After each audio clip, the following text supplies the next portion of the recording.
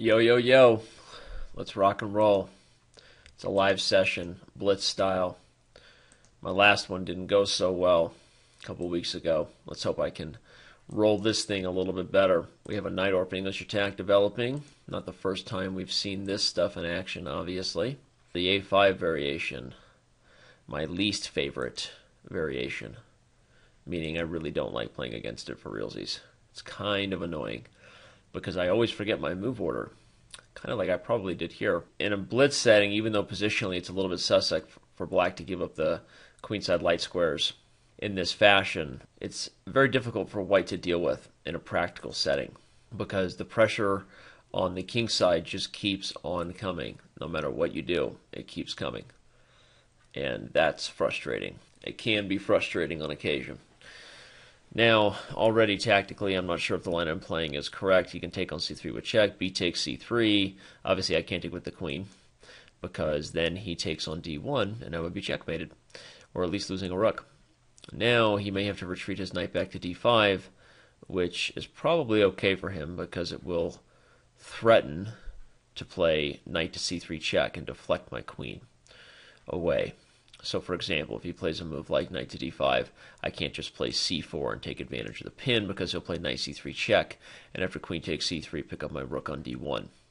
Maybe he doesn't see that. Maybe he is regretting his decision. He doesn't see that. So let's assume he'll find it after knight d5. What will I want to do?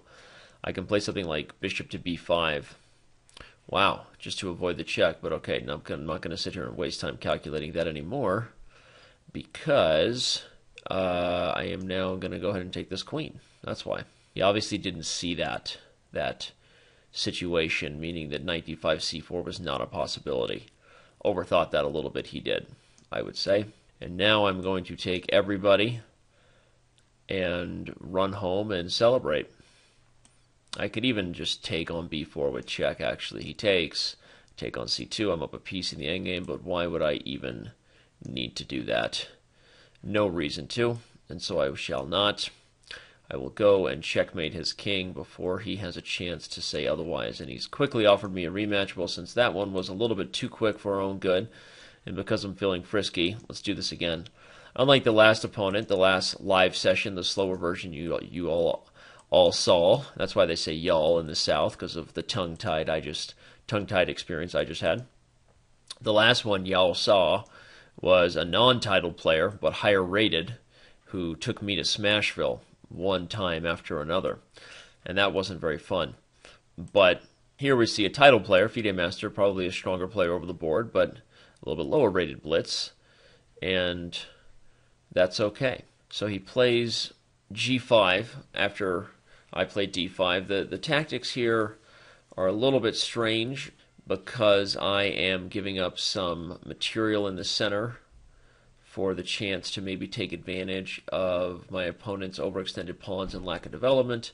But, you know, the inherent risk is that a pawn is a pawn, no matter where you live, right? I'm not sure that d5 is theoretically considered the most sound approach these days. But either way, I went for it. And now I can take with the knight or the king. I guess I'll take with the knight. No, we'll take with the king. Why not? Not afraid of the check. I'd rather try to invite him into the check, to be honest. Now I'm going to play this strange move, e6. If he takes here, I'll pre-move capture back, solidifying my structure, and I'm hoping to maybe strangle the g5 pawn here, pick that thing back up. Obviously, the king side is also safe, but I've sacrificed this passed d pawn, which doesn't make me that happy. I'm not too happy about having given up that pawn, but I'm hoping that the d pawn won't become a serious issue, at least not immediately, and maybe I can get pressure on the queen side, threaten to do things on the c file. To do things. I know how to do things, right? If someone ever asks you, you say, I know how to do things. What things exactly is unnecessary to explain. All right, now I have serious issues, and I'm regretting more and more my decision to play position the way I did. I am probably just busted. That's probably the truth of the matter, because after 97 check, king moves, he's playing queen to h8. So this was not a good one. Not a good one for me.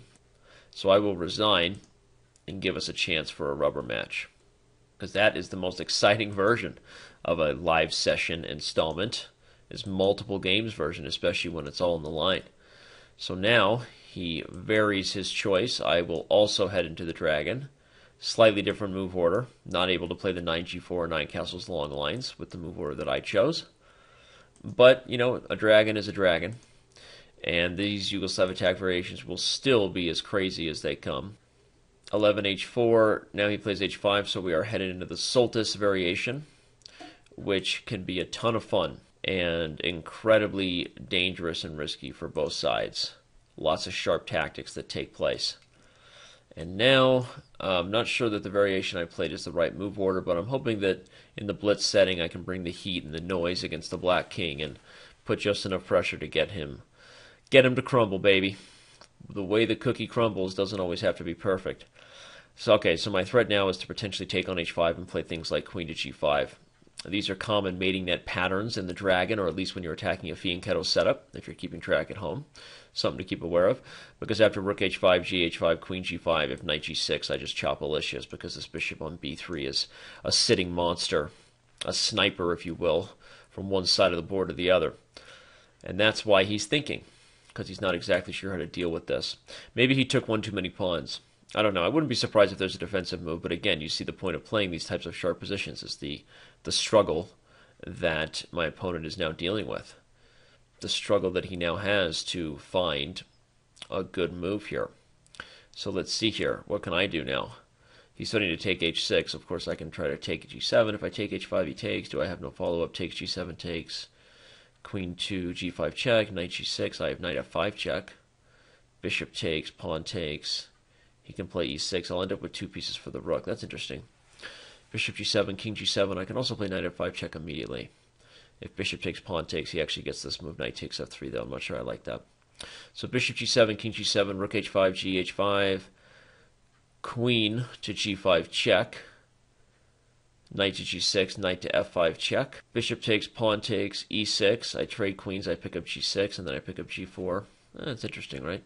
I should probably take on g7 anyway, even if I end up just taking on g4 now. King g7 takes on g4. If bishop takes or knight takes and just bring the other rook over to g1 is also pretty tempting, just in the practical sense of just bringing the pressure and the heat. So maybe I could have gone for this take h5 and get the 2 pieces for the rook line, but he had some pawns to show for it too. So I decided I will play the practical way, which is to keep the pieces on the board and to bring them all over to the party and see if we can make a breakthrough here. I apologize for the lack of coordinates on the board, just realizing now that that is a problem. So again, apologies for that, but hopefully you can forgive me and still follow along. Sing the song and follow along. Let's see, knight f5 check. If pawn takes, I take. It's a little bit tricky. I'll bring this other knight in to d5. And if he plays something like e6, I'll play like knight to e3. That's what I'm thinking. Yeah. Now I'm threatening g4, and also if the bishop finds another square, I might have other tactics to consider. Okay, that's interesting. Fork town. Fork town of the queen and the rook, which is kind of irritating. If I take, he takes. And I move, and then he takes on e4. And he's getting a little bit too much if you ask me. But wait, if he takes e4, I have this move, queen to d4 check, and I pick up the bishop. Forgot about that. And potentially he did as well. So if I win a piece, well, a piece is a piece. Aha, I don't win a piece. No. So now I'm the one being just a tad silly. So how do I take advantage of this? I guess I'm going to take. And when he takes back, I'm going to try to put my knight on g4. That's what I'm thinking. But I'm not sure that it really works, because he has this move e5. Well, this has not turned out the best. Not turned out the best way I had hoped. Not working out for the rubber match, but it's not over yet, kids. Still incredibly tricky for both sides. Incredibly tricky position for both sides it is. I need to unpin this knight in a hurry. The time on the tickety is also having me worried. Hey, that rhymed. He'll take. I'm going to move my king to b1 and maybe even free. Oh, I'd like to free my back rank, but I can't. Okay, so let's just bring this rook to c1 and be safe. Time is also of the essence here. Uh-oh. I have no squares for my queen. I have no squares for my queen. What to trade? Not good. Well, we shall see.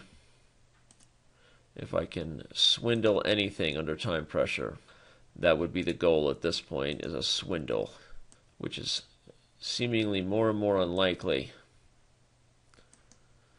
Oop, didn't want to do that. Didn't want to trade rooks. That doesn't help the swindle effort. Alright, the time scramble is on, and we have nothing to show for it. What a bowl full of tricks. Checkmate, kids. Hope you enjoyed this video, and I'll see you around on Chess.com.